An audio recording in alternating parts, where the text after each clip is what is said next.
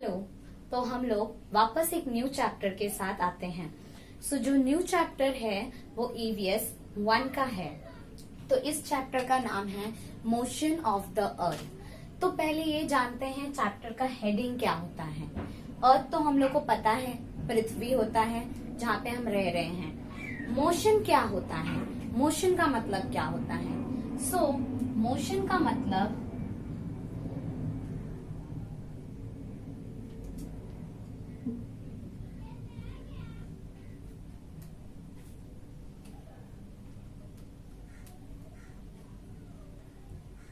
Motion का मतलब movement होता है।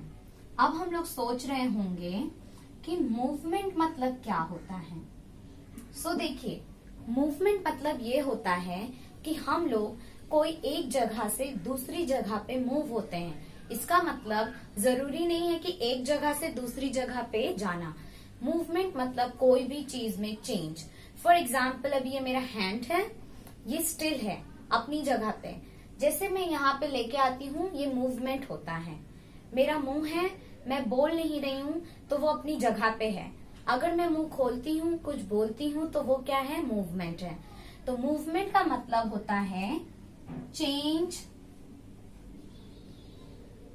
इन पोजीशन। क्या होता है? चेंज इन पोजीशन मतलब जिस जगह पे हैं उस जगह पे चेंज होता है, हमें एक चेंज आता है, बदलाव आता है। इसको बोलते हैं मोशन ऑफ द अर्थ। तो हम लोग आज देखने वाले हैं कि अर्थ जो किस तरीके से मोशन करता है, मतलब उसके पोजीशन में कैसे चेंज आता है, हम लोग वो चीज के बारे में अभी पढ़ने वाले हैं। अभी हम लोग इस चैप्टर को स्टार्ट करने वाले हैं। स्टार्ट करने से पहले मैं रिक्वेस्ट करूंगी कि अपने पास अपनी टेक्स्ट बुक रखना है, क्योंकि हम रीड कर करके हर एक कॉन्सेप्ट को अच्छे से समझेंगे और उसका मीनिंग भी लिखेंगे। जो पहला कॉन्सेप्ट है जिसको हम लोग करने वाले हैं, उसको हम लोग रोटेशन बोलते हैं, जो हम लोग ने पढ़ लिया है। बट यहाँ पे मैं आपको और भी डेप्थ में और भी अच्छे से बताने वाली हूँ with examples. Okay, rotation.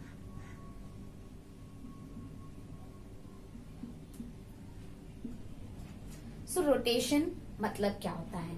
For example, हम कोई भी ऑब्जेक्ट ले लेते हैं, कोई भी चीज ले लेते हैं। जैसे कि मैंने ये थ्रेड लिया है, ओके, ये एक धागा लिया है मैंने। अब इस थ्रेड को अगर हम लोग घुमा रहे हैं, ओके, टर्न कर रहे हैं, देख रहे हो, तो ये खुद में घूम रहा है। किसमें? खुद में घूम रहा है। कोई भी ऑब्जेक्ट जब खुद का चक्कर लगाता है, any object which takes around itself, any object which turns around itself is called rotation. कोई भी ऑब्जेक्ट जब खुद का चक्कर लगाता है तो उसको हम लोग रोटेशन कहते हैं। रोटेशन मतलब होता है टर्न अराउंड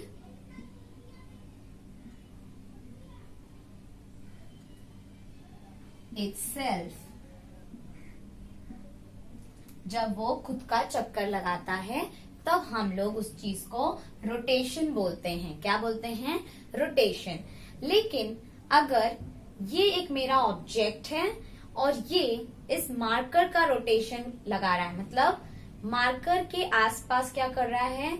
घूम रहा है, तो उसको हम लोग रिवोल्यूशन कहते हैं, रिवॉल्व बोलते हैं। क्या बोलते हैं? रिवॉल्व।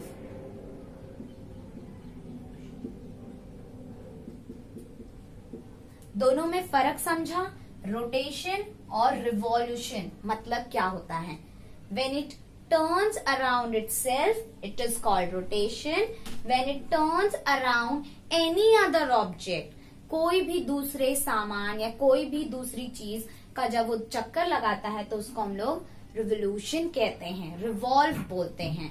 तो रोटेशन और रिवोल्यूशन दोनों अलग अलग चीजें हैं। तो अभी हम लोग ने जो सीखा है रोटेशन, उसी चीज को हम लोग रीड करने वाले हैं और भी बेटर तरीके से समझेंगे।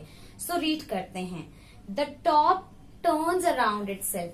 टॉप जो भौरा होता है वो खुद में घूमता है Okay, an object that turns about itself actually turns around a certain imaginary line. इसका मतलब है कि कोई भी ऑब्जेक्ट जब खुद का चक्कर लगाता है तो उसके पास एक लाइन होती है, एक इमेजिनरी लाइन होती है। जो इमेजिनरी मतलब क्या होता है? सोचा हुआ, जो एक्चुअल में नहीं होता है।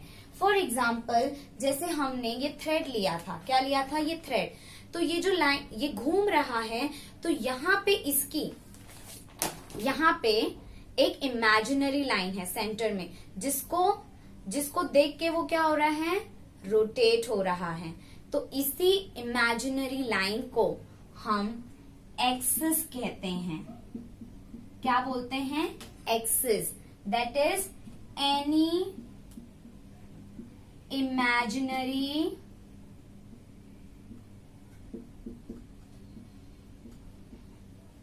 line. So when any object turn around itself, जब कभी भी कोई भी ऑब्जेक्ट खुद में घूमता है तो उसके पास एक लाइन होती है और वो लाइन इमेजिनरी होती है और उस इमेजिनरी लाइन को हम एक्सिस बोलते हैं। क्लियर? ओके, हम रीड करते हैं। Next, the turning of an object around itself is called rotation, जो मैंने आपको बताया, and the imaginary line around which it rotates is called axis, जिसमें एक imaginary line जिसको सोच कर वो रोटेट होता है, उस चीज को हम एक्सिस बोलते हैं। Okay, now let's do this activity. आप लोग ये एक्टिविटी कर सकते हैं। Try this out. ओके, हम लोग अर्थ के रोटेशन के बारे में देखेंगे। उससे पहले टेक अ ग्लोब। ग्लोब क्या होता है?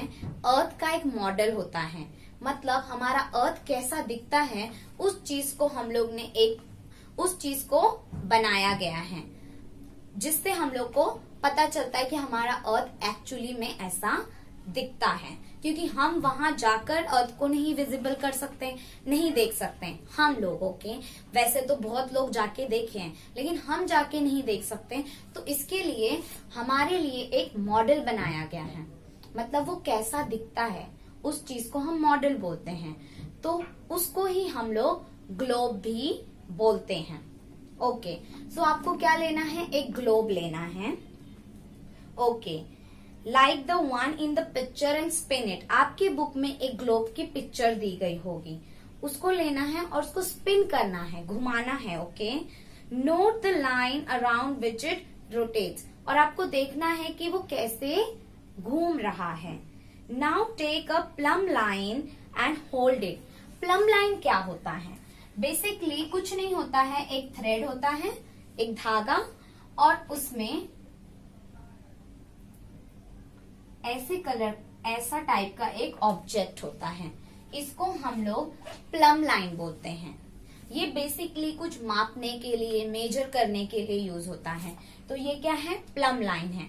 तो इसको लेना है आपको, या तो अगर आपके पास ऐसा नहीं है तो एक थ्रेड लेना है, एक धागा लेना है, और उसमें आप कोई भी ऑब्जेक्ट या कोई भी चीज, छोटी सी पत्थर या स्टोन या कुछ भी बांध सकते हैं, whatever. Okay okay, next thing is you will see that plumb line and earth axis are at angle to each other. ये मैं आपको अभी बताती हूँ कैसे वो लोग एक एंगल बना रहे, ड्रॉ करके मैं आपको बताती हूँ ये एक्टिविटी कैसे कर रहा। ग्लोब दिखता है, अर्थ का मॉडल दिखता है। ओके, सो जो सेंटेंस हमने रीड किया था, you will see that plum line and earth axis. Plum line ये है, फॉर एग्जाम्पल समझिए यहाँ से ये थ्रेड किसी ने पकड़ा हुआ है। ओके, एक्चुअल में प्लम लाइन अर्थ के ऊपर नहीं होता है, ये किसी ने पकड़ा हुआ है ऊपर से, और ये जो लाइन हमें दिख रही है, ये इसको हम लोग एक्सिस बोलते हैं। यही इमेजिनरी लाइन है। अब हम लोग सोच रहे होंगे, आप लोग भी सोच रहे होंगे कि अर्थ जब ऐसा है तो लाइन भी स्ट्रेट होनी चाहिए, एक्सिस स्ट्रेट होना चाहिए। लाइक फॉर एग्जाम्पल, अगर ये ऑब्जेक्ट है तो ये लाइन होनी चाहिए, इसकी इमेजिनरी सीधी लाइन होनी चाहिए। ओके, लेकिन जो हमारा अर्थ है वो मैंने आपको बताया है और आप लोग को पता भी होगा कि अर्थ हमारा गोल नहीं है, और वो थोड़ा सा टिल्टेड है, मतलब थोड़ा सा टेढ़ा है। तो इसी के लिए हमारा अर्थ क्या है, थोड़ा सा टेढ़ा है। तो उसकी जो लाइन है वो भी क्या है, थोड़ी स्लोप है, थोड़ी टेढ़ी है। और इस लाइन को हम लोग एक्सिस कहते हैं। क्या कहते हैं, एक्सिस। इमेजिनरी लाइन है ये हमारी। ये हमारा नॉर्थ है, ये हमारा साउथ है। ओके, अब हम लोग का सेंटेंस था कि एक्सिस और प्लम लाइन एक एंगल बना रही है ना। ये देखो यहाँ पे एंगल बन रहा है, तो ये जो एंगल बन रहा है ये क्यों बन रहा है, ये देखते हैं हम लोग। You will see that the plumb line and earth axis are at angle to an each other. दोनों एंगल पे हैं, दोनों एक एंगल बना रहे हैं। That is earth axis is inclined. इसका मतलब जो अर्थ का एक्सिस है वो इंक्लाइंड है। इंक्लाइंड मतलब टेढ़ा है, थोड़ा स्लोप है, समझे। इसकी वजह से ही वो लोग एंगल बना रहे। कभी सीधी लाइन में एंगल हमारा नहीं बन सकता। अगर दोनों लाइन सीधी होंगी तो हमारा एंगल नहीं बन सकता। तो ये जो है वो टेढ़ा है, इसी की वजह से क्या बन रहा है, एंगल बन रहा है। होप ये क्लियर होगा। आगे हम रीड करते हैं।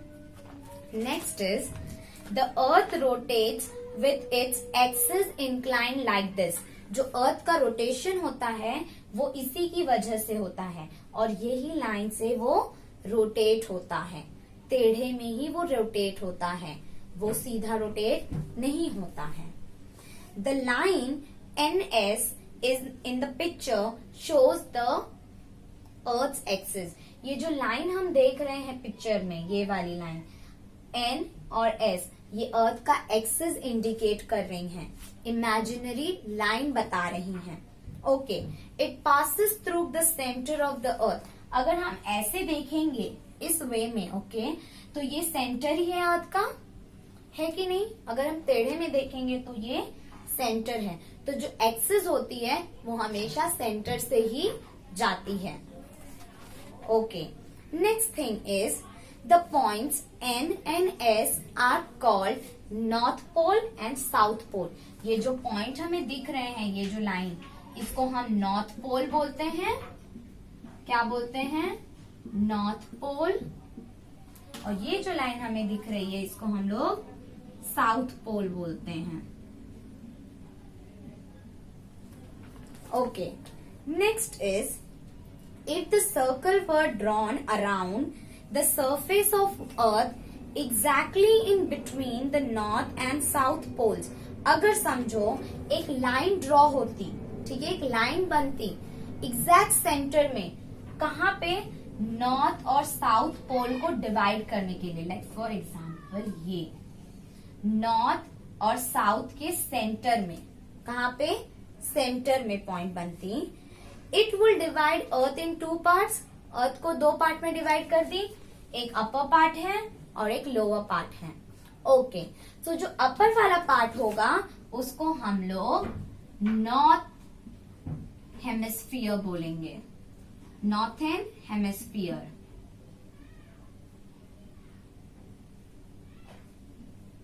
Northern hemisphere. और जो हम लोग का डाउन वाला पार्ट हो गया उसको हम लोग सदर्न हेमिस्फीयर बोलेंगे।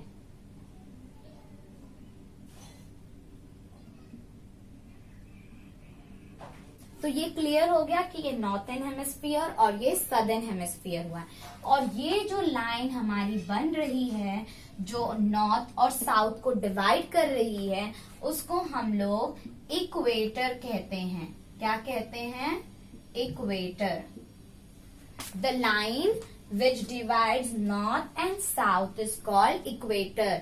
और ये लाइन भी इमेजिनरी है, ऐसा कोई लाइन एक्चुअल अर्थ पे नहीं है। ये एक इमेजिनरी लाइन है जो हम लोग ने सोचा है कि नॉर्थ और साउथ को डिवाइड करिए, तो उसको हम लोग ने नाम इक्वेटर दिया है। एक और एक्टिविटी है जो हम लोग ट्राई कर सकते हैं। आप लोग को ये सब एक्टिविटीज अपने घर पे ट्राई करनी चाहिए। So let's see. Stand candle in the middle of large table. एक कैंडल को हम लोग को एक बड़ी सी टेबल पे खड़ा करना है। मेरे पास अभी वो एक्चुअल चीज नहीं है जिससे मैं आपको करके बता सकती हूँ, बट मैं बोर्ड पे एक्सप्लेन करती हूँ कि उस चीज को हम लोग कैसे कर सकते हैं। लाइक फॉर एग्जाम्पल, ये हमारा यहाँ पे एक टेबल है। क्या है? टेबल है। यहाँ हमें एक कैंडल खड़ा करना है। वी हैव टू, ये हमारा कैंडल हो गया।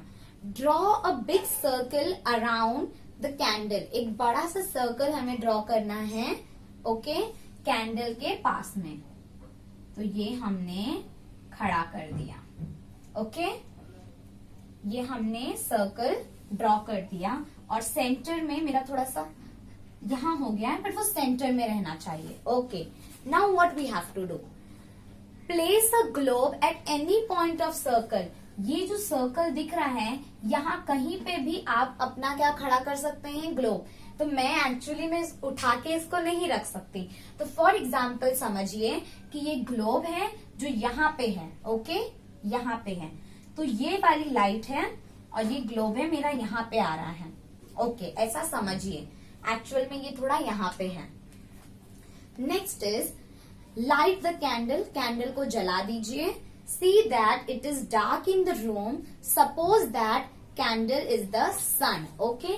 लेकिन ये एक्टिविटी करने से पहले आपको ये चीज ध्यान में रखनी है कि जिस रूम में आप ये एक्टिविटी कर रहे हैं वहां क्या हो? अंधेरा होना चाहिए, ओके, तभी हम लोग को एक्चुअल में पता चलेगा। और आपको सपोज करने क्या बोला गया है? सोचने क्या बोला गया है कि ये जो लाइट जल रही है, कैंडल जो जल रहा है, इसको आपको सन समझना है। क्या समझना है? सन, ओके। और ये सन है और ये अर्थ है, ओके, दोनों पास पास में है। नेक्स्ट क्या करना है? Observe which part of the globe gets sunlight and which one does not. अब आपको ऑब्जर्व करना है, मतलब ध्यान से देखना है कि कौन सा पार्ट ऑफ अर्थ को लाइट मिल रही है या कौन से पार्ट वाले अर्थ को लाइट नहीं मिल रही है। सो देखिए, अभी ये लाइट जल रही है तो यहाँ के जो भी रेज होंगे ये पार्ट को मिलेगा, ये इतने पार्ट को मिलेगा। तो यहाँ पे क्या हो रहा है? सन राइज हो रहा है और यहाँ पे लाइट आ रहा है। क्या आ रहा है? लाइट आ रहा है। लेकिन जिस पार्ट को लाइट नहीं मिल रहा है, ये पार्ट क्या है? डार्क है, मतलब अंधेरा है। तो इसको हम लोग सनसेट कहते हैं। क्या कहते हैं? सनसेट। मतलब यहाँ पे सन राइज है और यहाँ पे सन सेट है। यहाँ पे उजाला है और यहाँ पे अंधेरा है।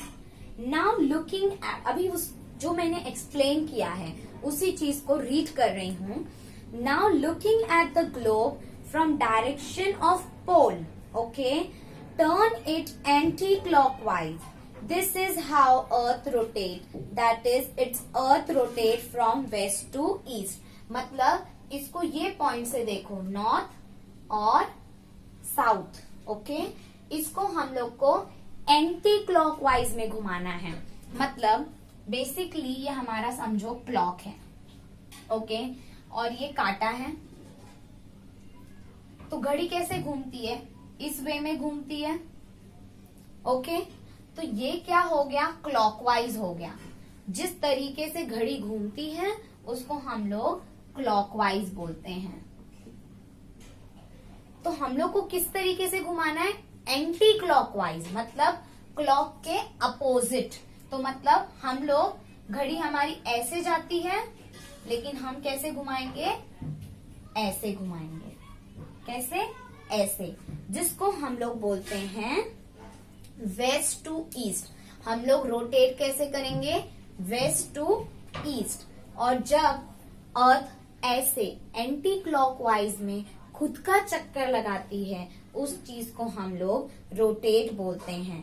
It's different parts come into light of sun one after other and turn away from it in same order. इसी तरीके से कभी ये वाला पार्ट लाइट में आता है और कभी ये वाला पार्ट डार्क में आता है, कभी ये वाला पार्ट लाइट में आता है और कभी ये वाला पार्ट डार्क में आता है। तो सभी पार्ट को लाइट मिलती है और सभी पार्ट को डार्कनेस मिलता है। तो दोनों पार्ट को इक्वल सब मिलता है, बस कभी ये कभी वो। और इस रोटेशन की वजह से ही ये चीज होती है। अब समझ में आया कि रोटेशन क्यों इम्पोर्टेंट है। अगर रोटेशन नहीं होगा तो सिर्फ हरदम एक ही जगह पे लाइट होगी और सिर्फ हरदम एक ही जगह पे डार्क होगा। तो rotation is very much important. समझा? ओके। सो अभी हम लोग ने देखा कि सनराइज और सनसेट कैसे होता है। ओके। तो अभी जो हम लोग पढ़ने वाले हैं, ये हम लोग पढ़ने वाले हैं कि ईयर, एक साल कैसे होता है और हम लोग उसको कैसे गिनते हैं। तो चलो जानते हैं। सो फर्स्ट ऑफ ऑल, ये हमारा ग्लोब है, अर्थ का मॉडल। ओके, इसको हम ग्लोब बोलते हैं। और ये हमारा कैंडल था।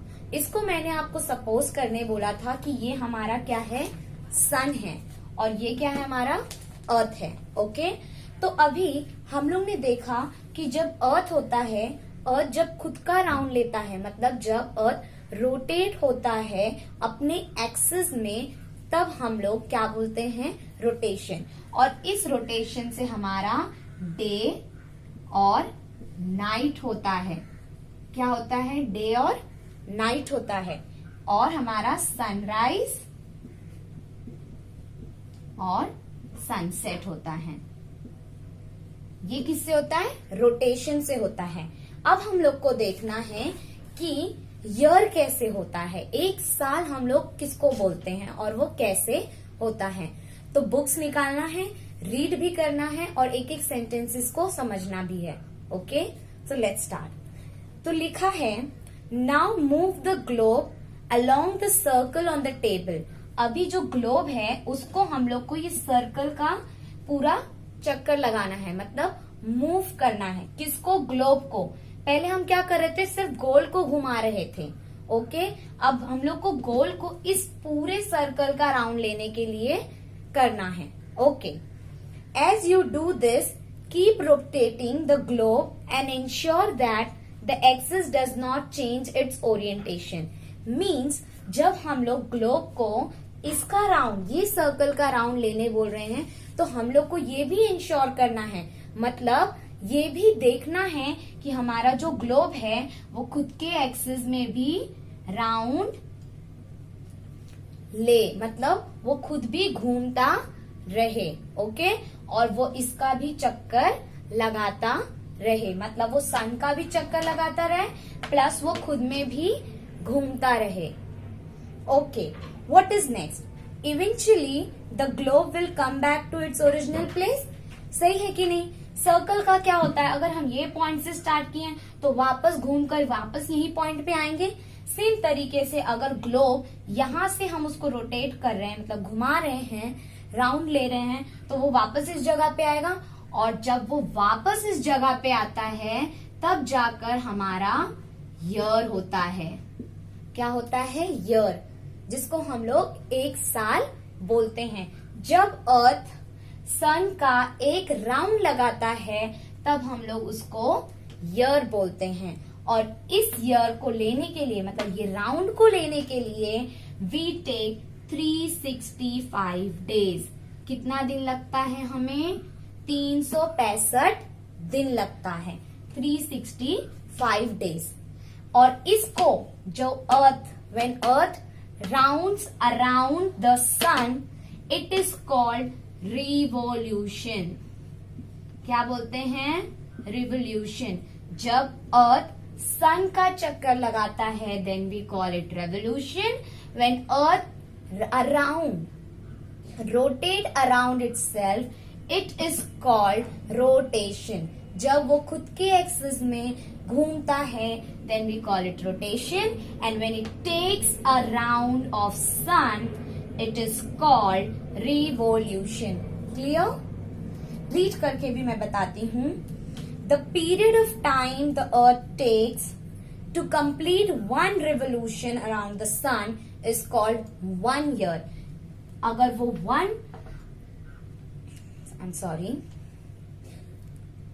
एक रेवोल्यूशन, एक चक्कर सन का लगाने के लिए उसको 365 डेज लगते हैं। There are about 365 days and 6 years in a year.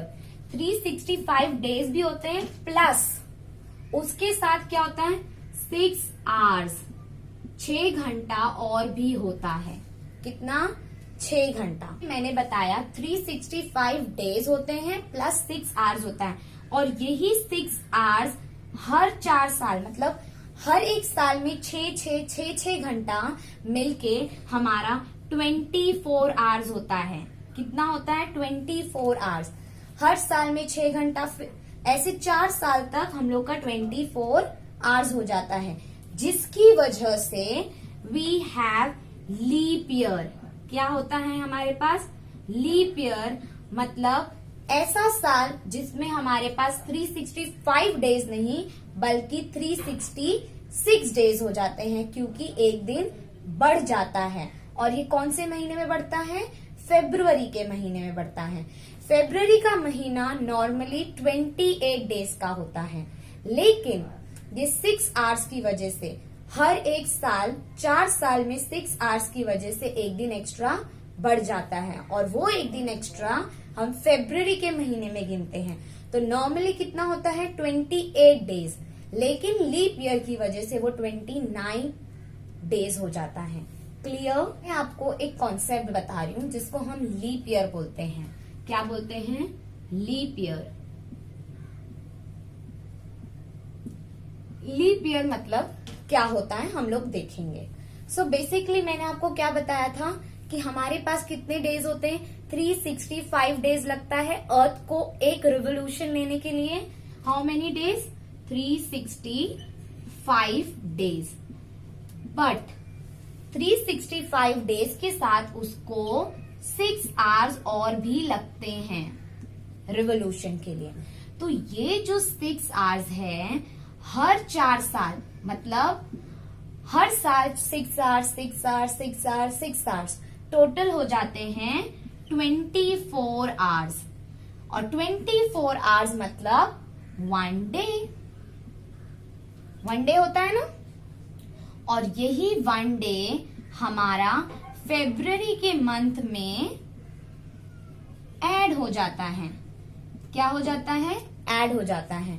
तो जब फरवरी के महीने में 1 डे एक्स्ट्रा हो जाएगा तो फरवरी का महीना 28 रहता है, लेकिन एक दिन एक्स्ट्रा हो गया तो फरवरी का महीना हमारा 29 डेज का हो जाता है।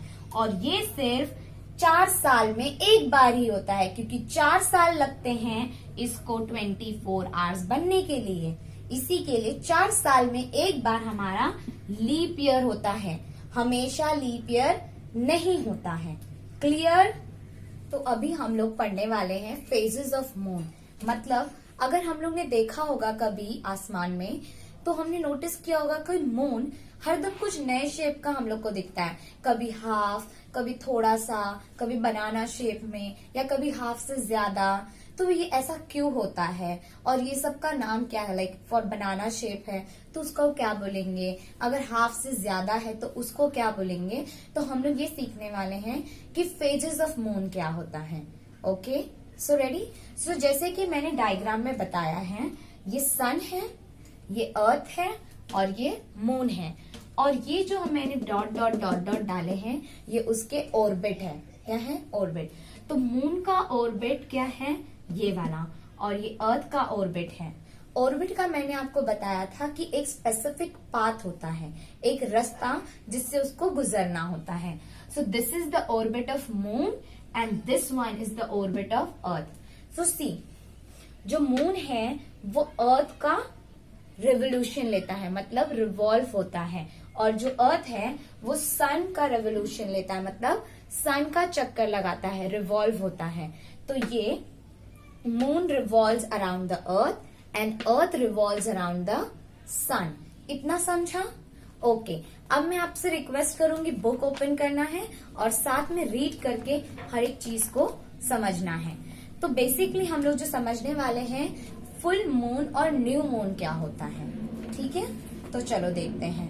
फर्स्ट लिखा है the moon revolves around the earth and earth revolves around the sun. जैसे मैंने बोला moon revolves around the earth, moon earth का चक्कर लगाता है and earth revolves around the sun. But एक और चीज, जब मून अर्थ का चक्कर लगाता है तो अर्थ भी अपने आप में घूमते रहता है। इट रोटेट्स, उसको क्या बोलते हैं? रोटेशन। एक इमेजिनरी लाइन में घूमना, उसको हम लोग रोटेशन कहते हैं, अगर याद है तो। ठीक है, नेक्स्ट लिखा है हाउएवर दीज ऑर्बिट्स इंटरसेक्ट, मतलब ये दोनों ऑर्बिट एक दूसरे से मिलती हैं, इंटरसेक्ट होती हैं। देख रहे हो ये पॉइंट, यहां से ये ऑर्बिट, यहां से ये ऑर्बिट, यहां से ये ऑर्बिट और यहां से ये ऑर्बिट, दोनों यहाँ पे क्या हो रही हैं? इंटरसेक्ट हो रही हैं। क्या हो रही हैं? इंटरसेक्ट। इंटरसेक्ट मतलब मिलना। Okay, next is the moon and the earth are not always along a straight line. जो मून है, अर्थ है और सन है, हमेशा एक स्ट्रेट लाइन में नहीं होते। मैंने डायग्राम ऐसा बनाया कि कंफ्यूजन ना हो, बट ये हरदम कभी भी स्ट्रेट लाइन में नहीं होते, क्योंकि they keep rotating, they keep revolving. Okay, next thing is we see half of the moon surface which faces the earth. हम लोग कभी भी मून का हाफ फेस देखते हैं, जब वो अर्थ, अगर यहाँ पे कोई है, okay, for example you are standing here, तो हमें मून का हाफ फेस ही दिखता है। क्या दिखता है? हाफ, आधा ही दिखता है। That is from the earth we only see one side of the moon. हम लोग को सिर्फ एक तरफ दिखता है। The moon has no light of its own. Moon के पास खुद की लाइट नहीं होती है। मून को लाइट कौन देता है? सन देता है। कौन देता है? सन। We can see moon because of sun's light. जैसे मैंने बोला, सन की लाइट अगर मून को मिलती है तभी मून क्या होता है? शाइन करता है, वरना मून के पास खुद की लाइट नहीं होती है। Next thing is on full moon night we see entire side of moon that faces the earth and on new moon night we can not see any of it. इसका मतलब क्या है? जब फुल मून नाइट होता है तो हम लोग को मून पूरा दिखता है, और जब न्यू मून होता है तो हम लोग को मून नहीं दिखता है। ऐसा क्यों होता है? फर्स्ट ऑफ ऑल, कभी भी हम लोग को मून एक तरफ ही दिखेगा। ओके, हम लोग को वो कंप्लीटली फुल नहीं दिखता है। तो लाइक फॉर एग्जाम्पल, ये अर्थ है, ये अर्थ है, तो अगर यहाँ पे कोई है, यहाँ पे कोई है और मून चक्कर लगा रहा है और मून यहाँ पे आता है, सन और अर्थ के बीच में यहाँ पे कौन आता है? मून आता है। तो जो सन से पार्ट है, मतलब सन से जो रोशनी आ रही है वो ये पार्ट पे आ रही है, सिर्फ इतने पार्ट पे। इतना पार्ट क्या हो गया? डार्क है। क्या है? डार्क। तो मतलब यहां से अगर कोई देखेगा तो मून क्या दिखेगा? डार्क दिखेगा, मतलब एकदम अंधेरा होगा, सिर्फ ये वाले पार्ट का लाइट होगा, लेकिन हम लोग को ये पार्ट दिखेगा ही नहीं, और ये पार्ट दिखेगा तो यहाँ पे तो अंधेरा है। तो इसी चीज को हम लोग न्यू मून बोलते हैं। क्या बोलते हैं? New moon. जब हमें अर्थ से मून नहीं दिखाई देता है, हम उसे न्यू मून कहते हैं। Next is full moon. क्या होता है? जब मून राउंड लेता है, राउंड, ओके, और जब वो सन, अर्थ और यहाँ पे आता है, यहाँ पे, तो क्या होता है? जैसे कि अर्थ है, ये जो रेज है, रेज कहाँ आ रही है? मून पे आ रही है, पूरा मून पे आ रही है। तो यहां से अगर कोई मून को देखेगा तो वो मून पूरा दिखता है। मतलब देखो, मैंने पहले ही स्टार्टिंग में बोला है कि मून का हम लोग को सिर्फ वन साइड दिखता है। तो अगर यहाँ पे रेज आ रही हैं और मैं यहाँ से देख रही हूँ मून को, तो रेज यहाँ पे आ रही है, तो मतलब मून दिखेगा, मुझे दिखेगा कि नहीं दिखेगा? तो यहाँ पे जब पूरी रेज मून पे आती हैं तब हम लोग उसको फुल मून बोलते हैं। क्या बोलते हैं? Full moon. वापस से जब मैं अर्थ से इस तरफ देखती हूँ, ओके, तो रेज यहाँ पे आई, सन रेज, तो ये पार्ट क्या हुआ, लाइट अप हुआ, लेकिन ये वाला जो पार्ट है ये तो डार्क है, तो मतलब अर्थ से मुझे मून नहीं दिखता है, और जब नहीं दिखता है तो हम लोग उसको न्यू मून बोलते हैं। और जब अर्थ से मुझे मून कंप्लीटली दिखता है, मतलब सन की रेज डायरेक्ट उस पे आ रही हैं, क्या हो रही है, डायरेक्ट उस पे आ रही हैं, तो यहां से मुझे क्या वो हो रहा है, पूरा मून दिख रहा है, तो उसको हम लोग फुल मून बोलते हैं। क्या बोलते हैं, फुल मून। ऐसे ही और भी फेसेस हैं, ये दो हुआ कि थोड़ा सा यहाँ आ रहा है, कहाँ आ रहा है, यहाँ, तो इतनी लाइट आ रही है, इतनी लाइट आ रही, इतनी सी आ रही है लाइट, इतनी सी, तो मुझे अर्थ से ये पार्ट दिख रहा है। कौन सा पार्ट दिख रहा है, ये वाला पार्ट। और इसको हम लोग क्रिस्टेंट बोलते हैं, क्रिसेंट। क्या बोलते हैं, क्रिसेंट मून। जब मुझे बनाना शेप में मून दिखता है, और ये क्यों दिख रहा है, क्योंकि लाइट्स जो हैं वो यहाँ आ रही है और अर्थ से मुझे ये दिख रहा है, तो एकदम बहुत थोड़ा सा पार्ट जब हमें दिखता है, फिर धीरे धीरे धीरे धीरे मूव रोटेट होता है, फिर वो कहाँ आता है, सेंटर में आता है। कहाँ आता है, सेंटर में। और यहाँ से रेज आती है और मेरी रेज यहाँ गिरती है, और जब यहाँ गिरती हैं तो वो क्या होता है, मुझे हाफ मून दिखने लगता है, मतलब अच्छा खासा मुझे हाफ मून दिख रहा है, तो इसको हम लोग क्वार्टर बोलते हैं। क्या बोलते हैं, फर्स्ट क्वार्टर, पहला क्वार्टर। फिर धीरे धीरे धीरे धीरे मूव रोटेट होता है, फिर धीरे धीरे क्या होता है, मूव रोटेट होता है, और जब वो यहाँ पे आता है, यहाँ पे, तो रेज जो होती है वो रेज यहाँ पे आ रही, तो मून मुझे पूरा इतना दिखता है, मतलब इतना पार्ट मुझे दिखता है, मतलब हाफ से ज्यादा मून मुझे दिखने लगता है। और जब हाफ से ज्यादा मून मुझे दिखने लगता है तो हम लोग उसको गिबियस बोलते हैं। क्या बोलते हैं, गिबियस, गिबियस मून। क्या बोलते हैं, गिबियस मून। और फिर कंप्लीटली मुझे पूरा मून दिखता है, जिसको हम लोग फुल मून बोलते हैं। ये सेम चीज यहाँ ऊपर कंटिन्यू होती है, फिर वापस वो न्यू मून पे आता है, फिर ऐसे ही प्रोसेस चलते रहता है। और ये कंप्लीट रिवोल्यूशन के लिए हम लोग को 27 डेज लगते हैं। How many days, 27 days. मैं आपके साथ वीडियो भी शेयर करूंगी, जिससे आपको ये और अच्छे से समझेगा, क्योंकि बोर्ड पे एक्सप्लेन करना कि वो कैसे रिवॉल्व हो रहा है वो इतना इजी नहीं है, बट आई होप थोड़ा बहुत क्लियर हुआ होगा, और अगर आप वीडियो देखेंगे तो वो कंप्लीटली क्लियर हो जाएगा। ओके, अब बुक से देखते हैं।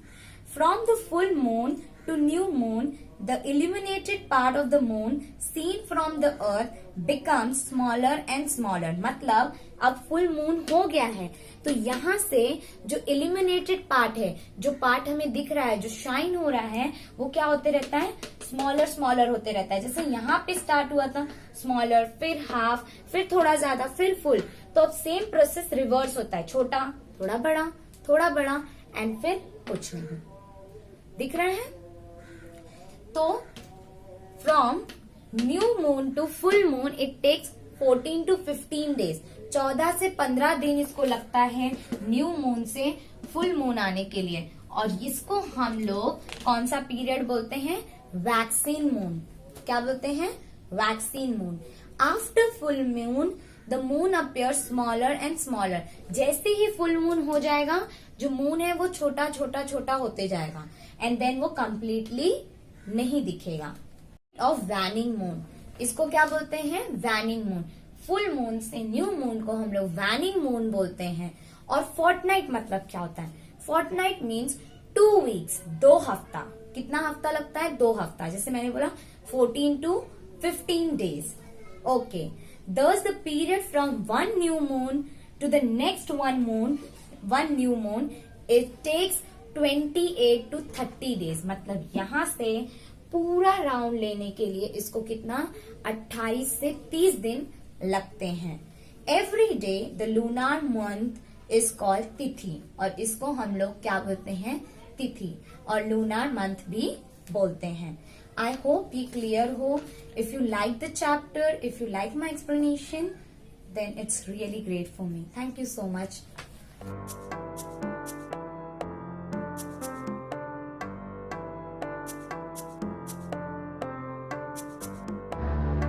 Hi, my name is Emily Morgan, and I'm the author of Next Time You See the Moon from NSTA Kids.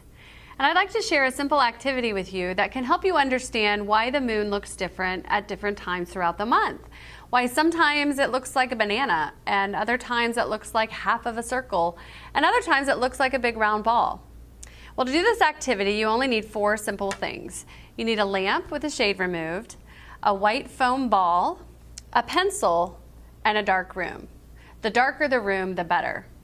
Now in this model, the lamp is going to represent the sun, and of course the white foam ball is going to represent the moon, and your head is going to represent the earth.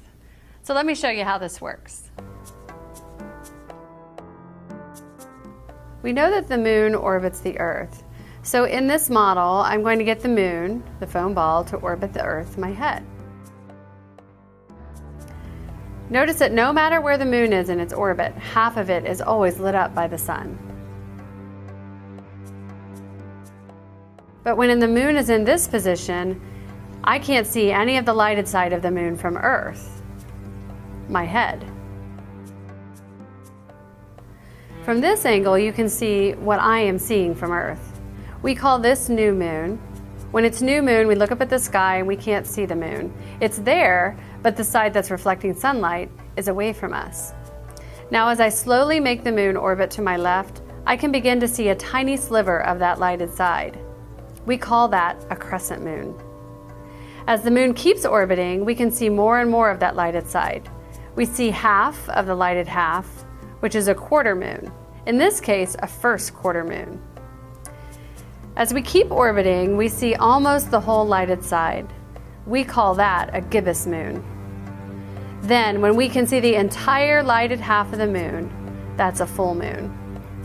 As the moon continues in its orbit, we begin to see less and less of that lighted side. We're back to a gibbous moon, but this time the light is on the opposite side.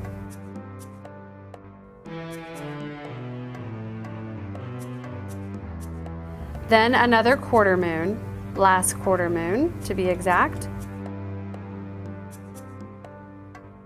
Another crescent, and finally back to new moon. And the cycle begins again.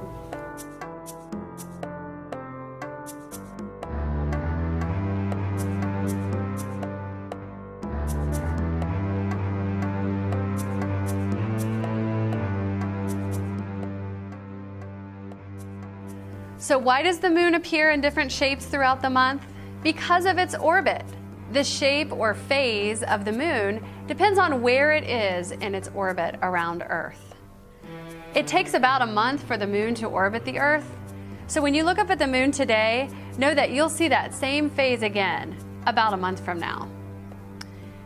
Thank you for watching, and I hope you give this activity a try. And I hope that you have a sense of wonder next time you see the moon. For a full description of this activity and other resources for teaching about moon phases, go to www.nsta.org/nexttime-moon. There are moon calendars and other science and reading activities there.